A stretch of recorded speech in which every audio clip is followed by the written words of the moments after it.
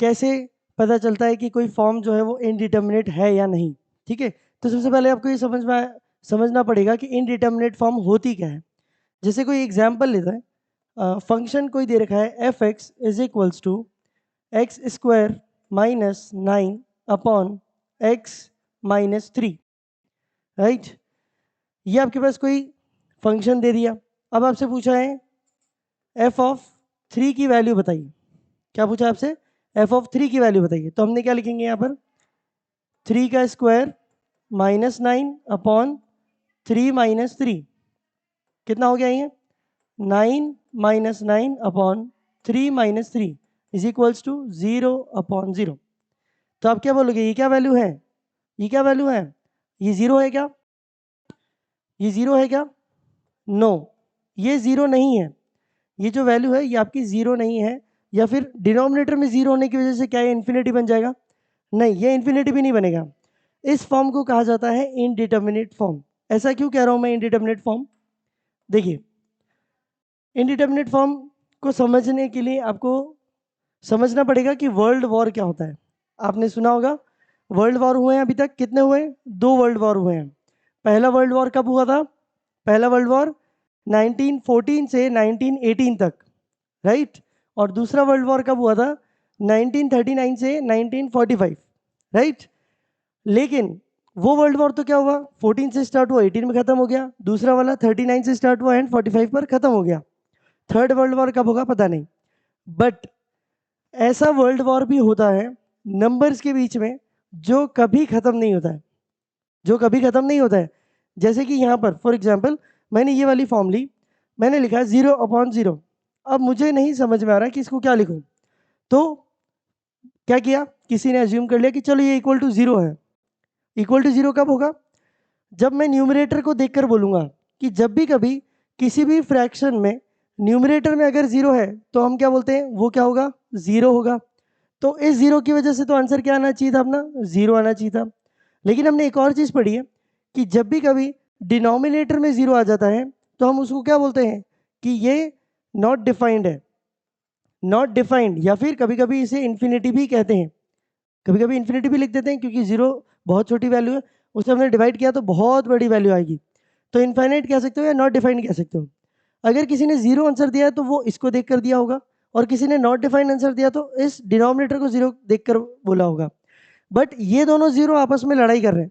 किस तरीके से?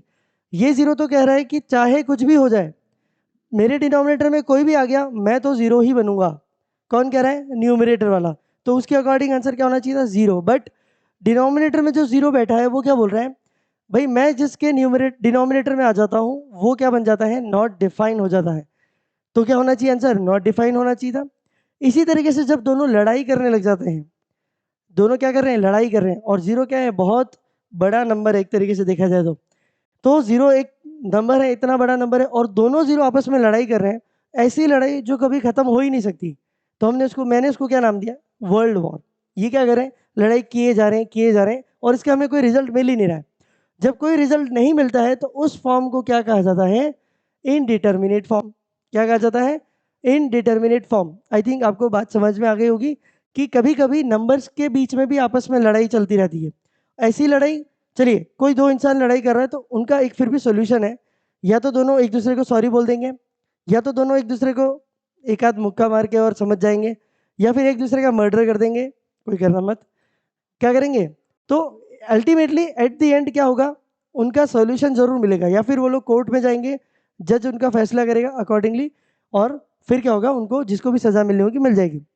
तो क्या होगा? अल्टीमेटली सॉल्यूशन तो है। बट यहाँ पर नंबर्स के बीच में अगर लड़ाई हो गई, अगर आपने नंबर्स के बीच में लड़ाई करवा दी है, तो आप सोच लीजिए कि वो लड़ाई कभी खत्म नहीं हो सकती है। इसीलिए उससे क्या कहा जाता है? इनडिटर्मिनेट फॉर्म, कभी ना खत्म होने वाली लड़ाई। ठीक है, तो एक फॉर्म मैंने आपको बताई 0/0। तो आपको समझ में आ गया होगा कि मैं किस फॉर्म की बात कर रहा हूँ। अब मैंने बोला कि इनडिटर्मिनेट फॉर्म्स, फॉर्म्स बोल दिया मतलब और भी फॉर्म्स हो सकती हैं ऐसी। तो चलो देखते हैं कौन कौन सी इनडिटर्मिनेट फॉर्म्स होगी। आई थिंक आपको चीज समझ में आई। चलिए नेक्स्ट फॉर्म के ऊपर चलते हैं। एक मैंने बता दी आपको कौन सी है। अगर आपको और भी आती है तो आप कमेंट करके बता सकते हैं। देखिए सबसे पहले इंडिटरमिनेट फॉर्म मैंने क्या बताई? 0/0।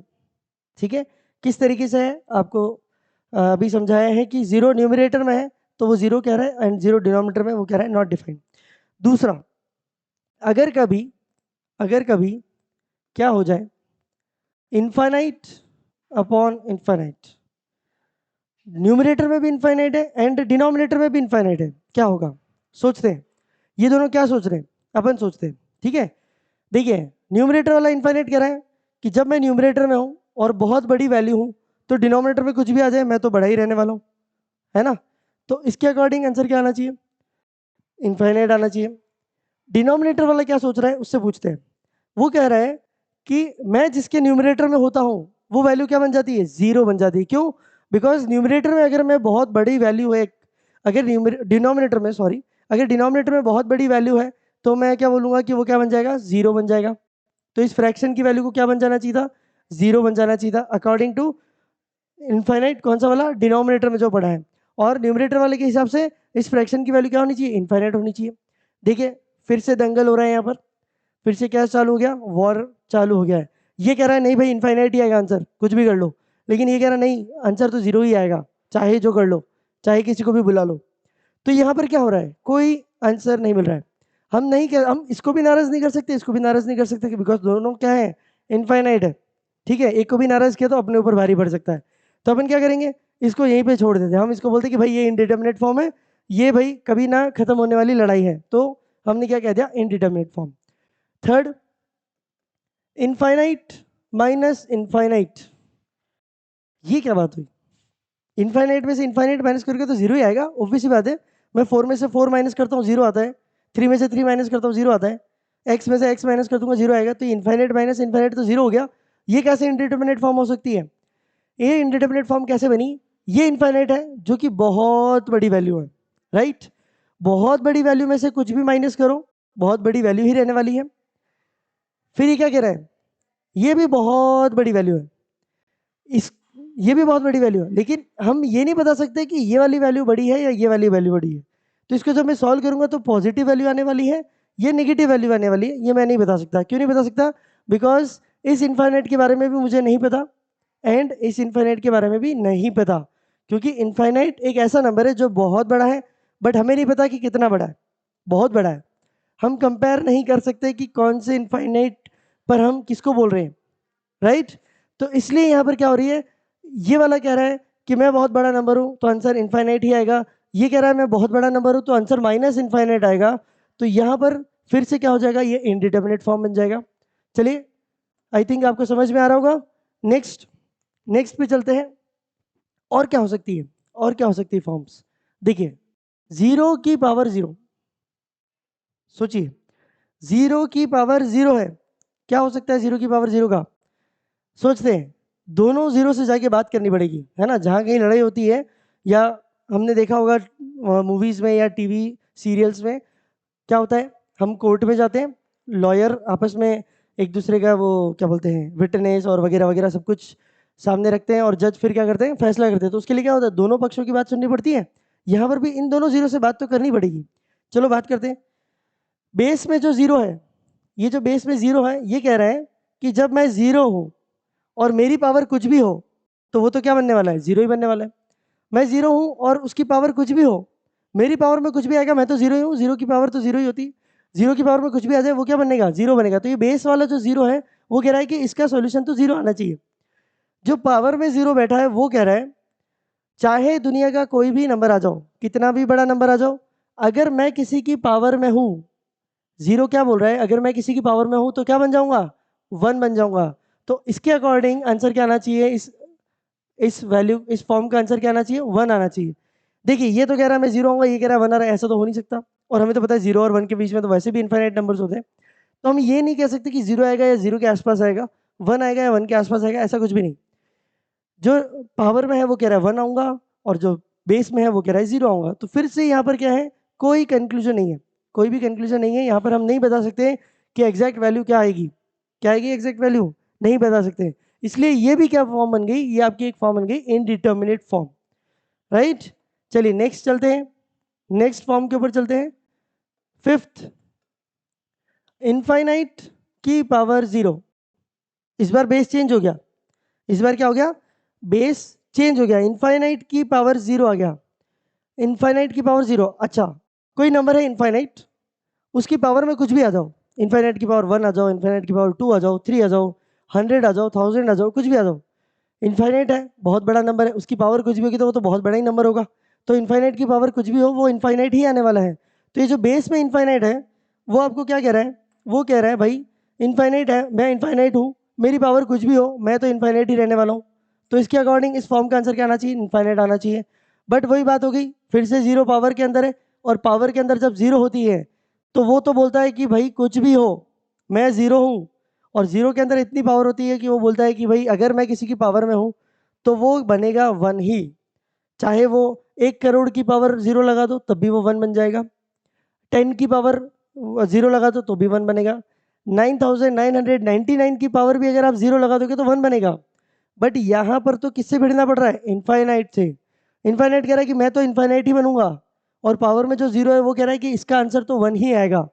फिर से सेम चीज, ये भी सही है ये भी सही है, हमारे अकॉर्डिंगली दोनों लोग सही है, तो हम यहाँ पर कंक्लूजन नहीं दे सकते।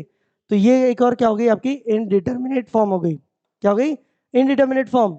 नेक्स्ट एक और देखते हैं, चलिए सिक्स वन मैंने लिखा, zero multiply by infinite, zero multiply by infinite. इसमें क्या दिक्कत है, इसमें क्या दिक्कत है, जीरो को मैंने मल्टीप्लाई किया किसी नंबर से तो जीरो आएगा। जीरो ने क्या कहा, जिस नंबर से मेरे को मल्टीप्लाई करोगे वो बनना जीरो ही है, मेरे को जिससे भी मल्टीप्लाई करोगे जीरो ही आंसर आएगा। तो इसने तो कह दिया भाई ये तो आएगा जीरो, ये फॉर्म क्या बनने वाली, जीरो। इनफाइनाइट आया, इनफाइनाइट भाई ऑब्वियसली बात है, इनफाइनाइट बहुत बड़ा नंबर है, तो वो क्यों किसी के सामने झुकेगा, वो भी ये बोलेगा भाई मैं बहुत बड़ा नंबर हूँ, मेरे को किसी से भी मल्टीप्लाई करो मैं तो इनफाइनाइट ही आने वाला हूँ, है ना, किसी से भी मल्टीप्लाई कर लो, चाहे कोई भी नंबर उठा लो मैं तो इनफाइनाइट ही आऊंगा।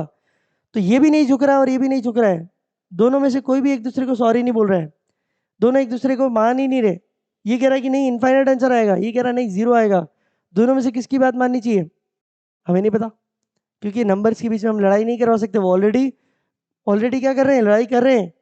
तो यहाँ पर क्या हो गई, एक और आपके पास इनडिटर्मिनेट फॉर्म हो गई।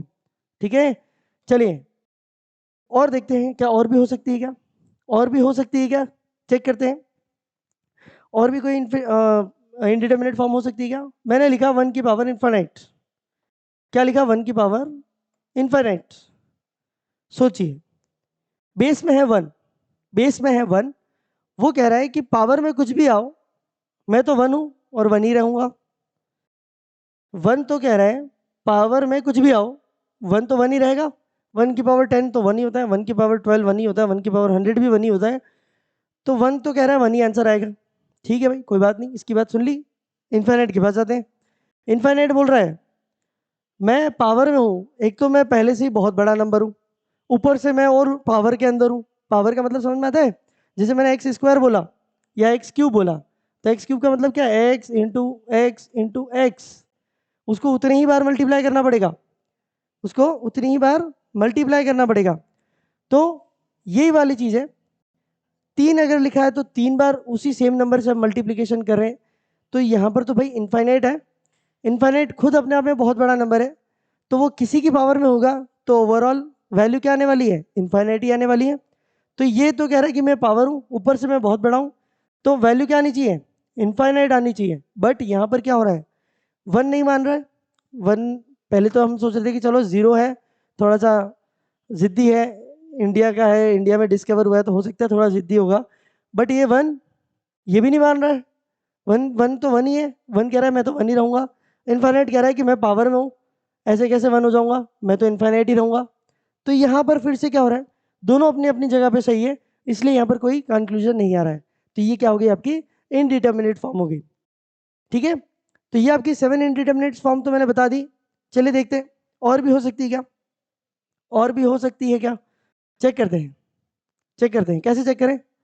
मैंने लिखा इनफाइनाइट मल्टीप्लाई बाय इनफाइनाइट, या फिर एक काम करता हूँ मैं लिखता हूँ infinite plus infinite. I think 1 की पावर 0 भी ले लेते हैं, 1 की पावर 0 भी ले लेते हैं। कुछ फॉर्म्स मैंने लिखी यहाँ पर, या फिर एक काम करते हैं एक और ले लेते हैं, 1 मल्टीप्लाई बाय 0, ये मैंने कुछ फॉर्म्स लिखी है, आई थिंक आपको समझ में आया होगा कि इनडिटर्मिनेट फॉर्म क्या है। आप लोग क्या इसको देख के बता सकते हैं कि इनमें से कौन सी फॉर्म जो है वो इनडिटर्मिनेट है या या फिर कौन सी इनडिटर्मिनेट फॉर्म नहीं है? और भी आपके दिमाग में अगर कुछ आ रहा है कि और भी कोई इनडिटर्मिनेट फॉर्म हो सकती है क्या, तो आप मुझे कमेंट करके बता सकते हैं।